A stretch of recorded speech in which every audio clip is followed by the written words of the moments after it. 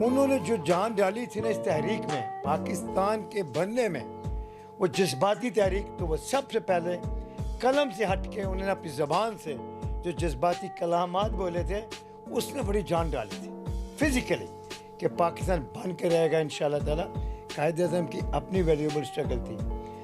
تو جب کشمیریوں نے کہا کہ بھی ہمیں بھی ہمارا حق دیا جائے, ہمیں بھی ایسے ملک کے ساتھ جوڑا جائے جو ہماری انڈیپینڈنٹ شناخت ہو, as a Kashmir, as a Pakistan, as a Muslim land. We don't want to stay and we don't want to under the rule of British empire, یا ہم کسی ہندوؤں کے آگے اندر نہیں رہنا چاہتے. تو انہوں نے پروٹیسٹ کی جہاں جہاں وہ کر سکتے تھے. اس وقت پاکستان, لاہور یا دہلی, انڈیا, یہ بس ون آن میپ, ایک انڈیا تھا. تو یہاں انہوں نے بھارت تھا, جو بھی ہندوستان تھا, جو بھی تھا, انہوں نے پھر یہاں پروٹیسٹ کرتے تھے چھوٹی چھوٹی. تو اس وقت کے جو حکمران تھے, یا ڈوگرا فوج تھی یا جو انگریز تھے, انہوں نے ان احتجاجیوں کو کچلنے کے لیے, ان کے پروٹیسٹ کو ختم کرنے کے لیے بندوں کو مارا, شہید کیا, سب کچھ ہوا. تو مختصر یہ ہے کہ ہمارا ایک علاقہ تو بھول گئے لوگ, بچے جوان, موچی دروازہ اور ناصر باغ, یہ دو مخصوص جگہ ہوتی تھی. اگر کسی نے احتجاج کرنا ہے تو اس کو کھلی جگہ وہاں جائیں. تو موچی دروازے میں بھی اس وقت جناب ہمارے پیارے حضرت علامہ اقبال رحمۃ اللہ علیہ نے کشمیریوں کے حق میں آواز اٹھائی تھی. تو انہوں نے کہا تھا کہ ابھی دیکھیں 14 اگست جو ہے یہ ہم اس کو اس دن منائیں گے اس لیے کہ it's nothing to do with Independent Day, کہ کشمیر کا جو سا مسئلہ اجاگر ہوا تھا, کشمیریوں نے بھی اس کو انہوں نے جوائن کر دیا 14 اگست کے ساتھ, کہ جب بھی ہم اس دن کو انڈیپینڈنٹ منائیں تو کشمیر ساتھ ساتھ ہمارے ہو, کشمیر کی یادیں ہمارے ساتھ ساتھ ہو. تو میرا جو خیال ہے, جو میں نے سنا ہے, کہ وہ کشمیر کے کنسرن کے ساتھ, یہ پاکستان اینڈ کشمیر, یہ جوائنٹ رائٹ اینڈ لیفٹ, یہ دونوں جو پہ ان کی یاد میں یا ان کو زندہ رکھنے کے لیے کہ کشمیر ہمارے ساتھ ساتھ ہی رہی, کشمیر کا مسئلہ. تو اسی طرح ہندوؤں نے, پھر ہندوستانیوں نے یہ ڈیسائیڈ کیا بھی 15 اگست کو یہ بائی پروفیشنل یا جو بھی ہوا بائی لا, یہ 15 اگست کو ہوا تھا جو ایگریمنٹ ہوا تھا.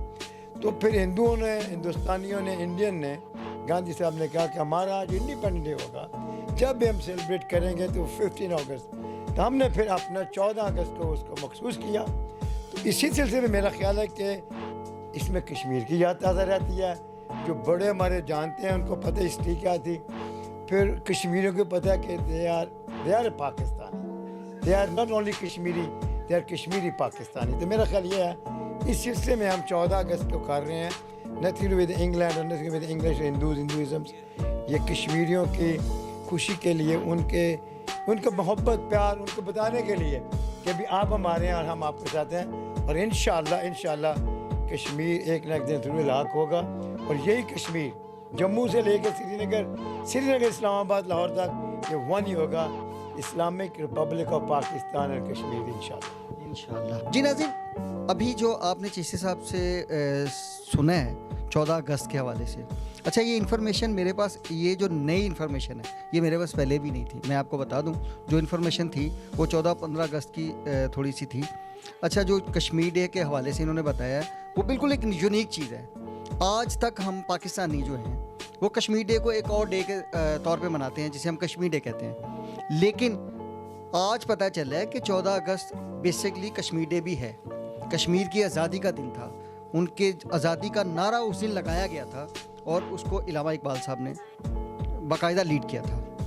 اچھا اب میں چیشتی صاحب کو ایک اور چیز پوچھنا چاہ رہا ہوں. ناظرین, ہمارے ناظرین جاننا چاہتے ہیں سر, اکثر جو ہے نا وہ جو ہمارا ہمسایہ ملک ہے وہ ہمارے جو لیڈران ہیں جیسے قائد اعظم محمد علی جناح تھے یا علامہ اقبال صاحب تھے, تو ان کے بارے میں نا کچھ غلط القابات بولتے ہیں یا بکواس, سوری ٹو سے, میرے ہمارے تو لیڈر ہیں تو ایسا کچھ بولتے ہیں. سر اس کے بارے میں تھوڑی سی کلیئرنس کر دیں ہم.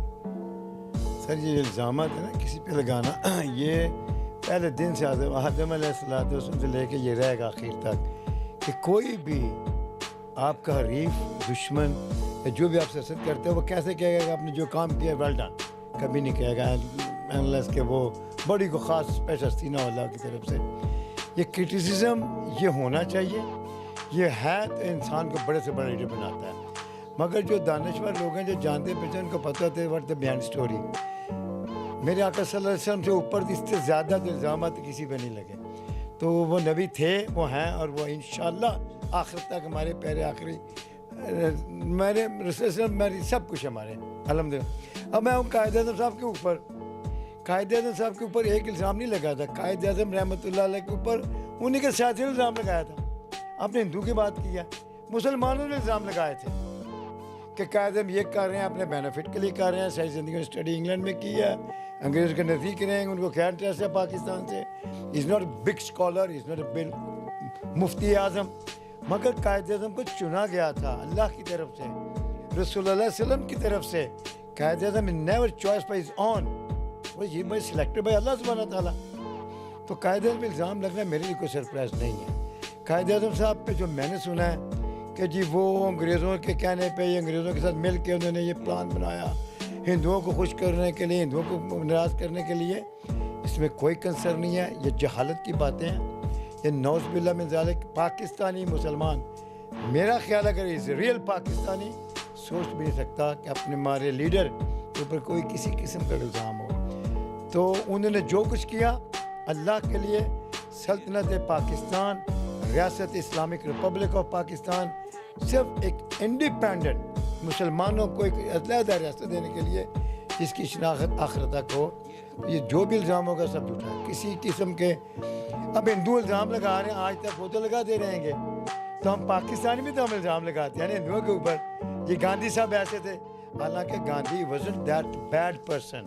جو گاندھی صاحب کو میں نے پڑھا ہے, is a genuine واقعی نیشنل آدمی تھا, اپنی کمیونٹی کے لیے اور اپنے سسٹم کے لیے. تو سوچنا چاہیے اگر دشمن بھی اچھا کام کرتا ہے تو ہمیں اس کو بھی شاباش دینی چاہیے. مگر پاکستان کے لیے قائد اعظم تھے, قائد اعظم ہیں, اور میرے لیے قائد اعظم ہی ہیں رسول اللہ صلی اللہ علیہ وسلم کے بعد. جی ناظرین, اب جو انہوں نے الزامات لگائے اس کے بارے میں چشتی صاحب نے بڑا کلیئر بتایا. اور اچھا مجھے آج ان کی میں آپ کو ناظرین ایک بڑی مزے کی چیز بتاتا ہوں کہ میں چشتی صاحب کو کافی دیر سے جانتا ہوں, لیکن آج جو چیز مجھے نظر آئی ہے یا جو انہوں نے اب قائد اعظم صاحب کی ہسٹری کے بارے میں بتایا ہے, تو انہوں نے ساری تعلیم لندن سے حاصل کی, سارا ان کا تعلق رہا انگریزوں کے ساتھ, لیکن جو ان کا دل تھا وہ پاکستانیوں کے ساتھ تھا, جو ان کا دماغ تھا وہ پاکستانی کے ساتھ تھا اور اپنے مسلمانوں کے ساتھ تھا.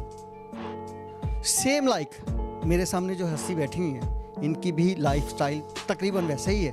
یہ ان کے فالوور ہیں, میں سمجھتا ہوں کہ اور بہترین فالوور اگر کہا جائے تو چشتی صاحب ہمارے ساتھ موجود ہیں. ان کی ساری لائف براڈ کی ہے, ان کی فیملی براڈ سے ہے, ان کا بزنس براڈ میں ہے, لیکن یہ سوچتے پاکستان کے لیے اور پاکستانیوں کے لیے ہیں, اور یہ بڑے ہمارے لیے اعزاز کی بات ہے. جی ناظرین, آج ہم بات کریں 14 اگست کی, تو اگست کا ٹائم چل رہا ہے, تو اسی کے ساتھ میں اور چشتی صاحب نعرہ لگائیں گے, پاکستان زندہ باد, پاکستان زندہ باد, پاکستان زندہ باد. تو انشاءاللہ تعالیٰ یہ پاکستان زندہ آباد رہے گا اور ہمیشہ شاد آباد رہے گا. تو اسی کے ساتھ ناظرین, میں آپ سے ایک ریکویسٹ بھی کرتا ہوں کہ ہم پلیز ہمارے چینل جو ہے نا, اس پہ اگر اچھی انفارمیشن دیتے ہیں تو اس کو شیئر کیا کریں, کمنٹس کیا کریں, لائک بھی کر دیا کریں اور سبسکرائب بھی کیا کریں. یہ اس سے ہمیں جو ہے نا بوسٹ ملتا ہے, یہ سمجھ لیں ہماری خوراک ہے. تو اسی کے ساتھ کیمرہ مین جاوید کے ساتھ علی اسلم کو اجازت دیجیے. اللہ نگہبان.